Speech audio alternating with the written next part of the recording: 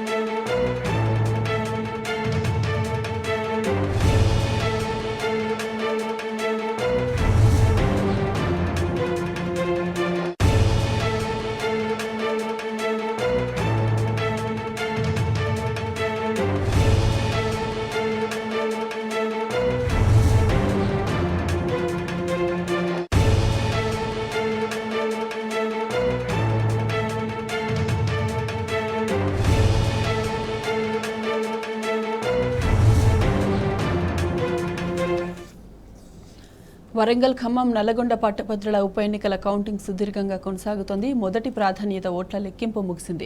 మొదటి ప్రాధాన్యత ఓట్లను 4 రౌండ్లలో లెక్కించారు. అయితే 4 రౌండ్లలో ఎవరికి కూడా పోలై చెల్లుబాటు అయిన ఓట్లలో 50% రాలేదు. మొత్తం 4 రౌండ్లలో కలిపి కాంగ్రెస్ అభ్యర్థి తీన్మార్ మల్లన్నకు 18,000 ఓట్ల మెజారిటీ వచ్చింది. 4 రౌండ్లలో కాంగ్రెస్ అభ్యర్థికి 1,22,813 ఓట్లు రాగా బీఆర్ఎస్ అభ్యర్థి రాకేష్ రెడ్డికి 1,04,000 ఓట్లు, బీజేపీ అభ్యర్థి ప్రేమేందర్ రెడ్డికి 43,313 ఓట్లు వచ్చాయి. ఎలిమినేషన్ ప్రక్రియ కొనసాగుతోంది. ఇప్పటివరకు 24 మంది ఎలిమినేట్ అయ్యారు.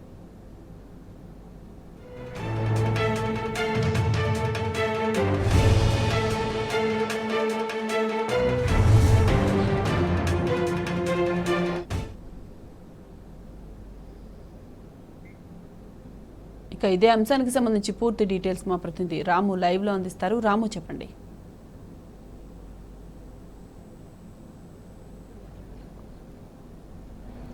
సాయిమాధవి, ఎమ్మెల్సీ కౌంటింగ్ సంబంధించినటువంటి ఎలిమినేషన్ ప్రక్రియ అనేది ప్రస్తుతం కొనసాగుతుంది. ఇప్పటివరకు 30 మంది అభ్యర్థులకు సంబంధించినటువంటి ఎలిమినేషన్ పూర్తయినట్టుగా ఆర్ఓ అధికారులు ప్రకటించారు. ఈ 30 మందికి పోయినటువంటి సెకండ్ ప్రయారిటీ ఓట్లను ఎవరికైతే పోలయ్యో వాటన్నింటినీ కూడా జోడిస్తూ వస్తూ ఉన్నారు. అతి ముఖ్యమైనటువంటి ఎలిమినేషన్ ప్రక్రియ మరొక 2 గంటల్లో ప్రారంభం కాబోతోంది. 52 మంది అభ్యర్థులు బరిలో ఉన్నారు కాబట్టి ఇందులో ఉన్నటువంటి తక్కువ ఓట్లు వచ్చినటువంటి వారందరినీ కూడా మైనస్ చేసుకుంటూ ఎలిమినేషన్ చేసుకుంటూ వారందరికీ పడ్డటువంటి ఓట్లను ఆయా అభ్యర్థులకు జోడిస్తూ వస్తూ ఉన్నారు. ప్రధానంగా ఏదైతే స్వతంత్ర అభ్యర్థి అశోక్ కుమార్, అదేవిధంగా బీజేపీ సంబంధించినటువంటి అభ్యర్థి గుజ్జల ప్రేమేందర్ రెడ్డి మైనస్ చేసే వరకు వాళ్ళిద్దరికీ పడ్డటువంటి సెకండ్ ప్రయారిటీ ఓట్లలో గెలుపును నిర్దేశించేటువంటి అవకాశం ఉంది. అందుకనే వాళ్ళిద్దరికీ ఎవరికి పడ్డాయి, వాళ్ళకు పోయినటువంటి ఓట్లలో సెకండ్ ప్రయారిటీ ఓట్లు ఎవరికి పోలే అనేది సర్వత్రా కూడా ఉత్కంఠ ఉంది. గంట కూడా ఆసక్తిని రేపుతూ ఉంది. 3 రోజులుగా కౌంటింగ్ ప్రక్రియ అంతా కూడా చాలా సజావుగా సాగుతుంది. కొంత మందగొడిగా సాగినప్పటికి కూడా చాలా పారదర్శకంగా ఈ కౌంటింగ్ అంతా కూడా నిర్వహిస్తున్నామని కూడా ఆర్ఓ అధికారి చెప్తా ఉన్నారు. మొదటి సంబంధించినటువంటి ప్రక్రియలో భాగంగా మొదటి ప్రియారిటీ ఓట్లన్నింటినీ కూడా లెక్కించారు, కోటాను కూడా నిర్దేశించారు. ఇచ్చారు. 1,55,095 ఓట్లు ఎవరైతే మార్క్ చేరుకుంటారో వారిని విజేతగా ప్రకటిస్తామని చెప్పారు. కానీ మొదటి ప్రియారిటీ ఓటులో ఎవరు కూడా కోటాను చేరుకోలేదు. కాంగ్రెస్ పార్టీ సంబంధించిన అభ్యర్థి 1,20,000 దగ్గర ఆగిపోయారు. బీఆర్ఎస్ పార్టీ సంబంధించిన అభ్యర్థి 1,05,000 దగ్గరికి వచ్చారు.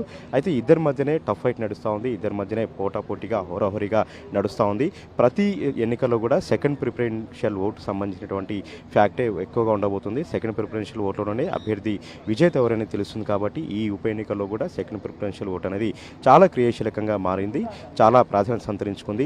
ప్రస్తుతం 52 మంది అభ్యర్థుల్లో చిన్న చిన్న పార్టీలు స్వతంత్రంగా పోటీ చేసిన వాళ్ళు కేవలం 1, 2, 3, 10 ఓట్ల వరకు మాత్రమే వారికి పోలయ్యాయి. వారందరినీ కూడా ఎలిమినేషన్ చేస్తూ వారికి పడ్డటువంటి సెకండ్ ప్రియారిటీ ఓట్లను ఆయా అభ్యర్థులకు బదిలీ చేస్తూ వస్తూ ఉన్నారు. ఈరోజు మధ్యాహ్నం వరకు క్లియర్ కట్గా సెకండ్ ప్రిఫరెన్షియల్ ఓటు ఎవరికి పడింది అనేది స్పష్టంగా మనకు తెలిసే అవకాశం ఉంది. విజేత ఎవరనేది కూడా తెలిసే అవకాశం ఉందని కూడా ఆరు అధికారులు చెప్తా ఉన్నారు.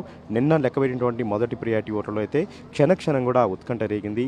ప్రతి రౌండ్కు కూడా కాంగ్రెస్ పార్టీ, బీఆర్ఎస్ పార్టీ సంబంధించిన అభ్యర్థులు హోరాహోరీగా పోటీలో నిలవడం జరిగింది.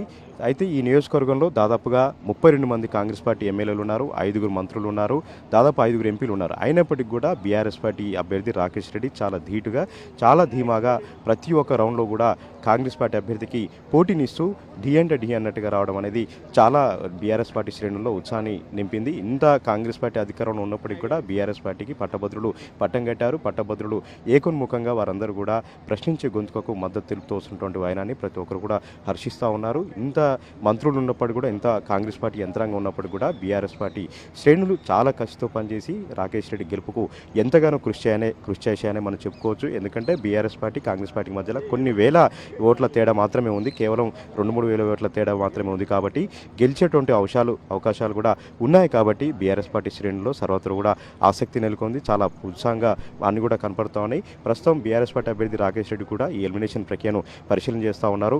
నిన్న ఆర్ఓ అధికారి వ్యవహారం పైన ఆర్ఓ అధికారికి సంబంధించినటువంటి ఆ విధుల పట్ల కూడా వాళ్ళు కొంత ఆరోపణలు చేయడం జరిగింది. నిష్పక్షపాతంగా కౌంటింగ్ చేయాలి, పారదర్శకంగా కౌంటింగ్ చేయాలి, అధికార పార్టీకి కొమ్ము కాసేలాగా చేయకుండా ప్రజాస్వామ్యయుతంగా ఖచ్చితంగా అందరికీ పారదర్శకంగా ఈ కౌంటింగ్ నిర్వహించాలని వాళ్ళు డిమాండ్ చేయడం జరిగింది. రాష్ట్ర ఎన్నికల సంఘానికి కూడా ఇప్పటికే ఫిర్యాదు చేయడం జరిగింది. దీంతో కొంత మార్పు అనేది మనకి ఇక్కడ కనపడింది.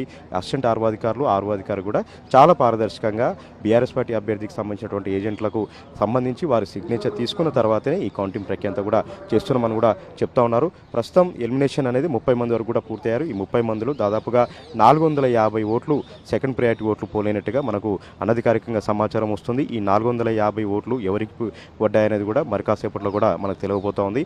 -3 వరకు చాలా క్రియాశీలకంగా ఉండబోతోంది. ఏదైతే డిఎస్పీ పార్టీ సంబంధించి అదే దాంతోపాటు ఒక స్వతంత్ర అభ్యర్థి, మరొక జార్సన్ అనేటువంటి మరొక స్వతంత్ర అభ్యర్థి, అదేవిధంగా అశోక్ కుమార్, అదేవిధంగా బీజేపీ పార్టీ నుంచి ప్రేమేందర్ రెడ్డి, వీళ్ళ వరకు వచ్చేలోపు ఎలిమినేషన్ ప్రక్రియ చాలా క్రియాశీలకంగా క్షణక్షణం పాటు కూడా ఉత్కంఠగా వచ్చేటువంటి అవకాశం కూడా మనకు కనిపిస్తూ ఉంది. ఇప్పటి వరకు వచ్చినటువంటి అధికారిక సమాచారం ప్రకారం బీజేపీ పార్టీకి సంబంధించినటువంటి ప్రియారిటీ ఓట్లలో బీజేపీకి సంబంధించినటువంటి ప్రియారిటీ ఓట్లలో బీఆర్ఎస్ పార్టీకి చాలా ఎక్కువగా నమోదైనట్టుగా కూడా మనకు పరిశీలనలో తెలుస్తూ ఉంది. అదేవిధంగా స్వతంత్ర అభ్యర్థి అశోక్ కుమార్ పడ్డటువంటి సెకండ్ ప్రియారిటీ ఓట్లో కూడా బీఆర్ఎస్ పార్టీకి ఎక్కువగా నమోదైనట్టుగా కూడా మనకి ఏజెంట్ల ద్వారా తెలుస్తూ ఉంది. ఈ ఇద్దరి సంబంధించినటువంటి 70,000 ఓట్లలో 50,000 పైచిలకు కానీ బీఆర్ఎస్ పార్టీకి వచ్చినట్టయితే బీఆర్ఎస్ పార్టీ గెలుపు నల్లేరుపై నడకలాగే ఉండబోతోంది. మొత్తంగా దాదాపు 72 గంటల పాటు కూడా కౌంటింగ్ అంతా కూడా చాలా సజావుగా సాగుతుంది, నిరాఘాటంగా సాగుతుంది.